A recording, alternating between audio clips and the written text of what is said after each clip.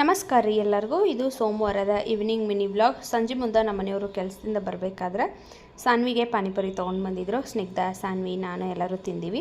ತಿಂದಾದ್ಮೇಲೆ ಅಡುಗೆ ಕೆಲಸನ ಸ್ಟಾರ್ಟ್ ಮಾಡ್ಕೊಂಡು ನೋಡ್ರಿ. ಇವತ್ತು ರಾತ್ರಿ ಊಟಕ್ಕೆ ನಾನು ಪುಂಡಿ ಪಲ್ಲೆ ಮತ್ತು ರೊಟ್ಟಿ ಮಾಡಕತ್ತಿದ್ನಿ. ಮಧ್ಯಾಹ್ನ ಅನ್ನ ಸಾಂಬಾರು ಮಾಡಿದ್ನಿ, ಅದು ಇತ್ತು. ಹಾಗಾಗಿ ಬರೀ ಪುಂಡಿ ಪಲ್ಲೆ ಮತ್ತು ರೊಟ್ಟಿ ಮಾಡಕತ್ತಿದ್ನಿ. ಪುಂಡಿ ಪಲ್ಲೆ ಮಾಡೋಕೆ ನೋಡ್ರಿ ಸೊಪ್ಪನ್ನೆಲ್ಲ ನಾನು ಬೇಯಿಸ್ಕೊಂಡಿದ್ನಿ.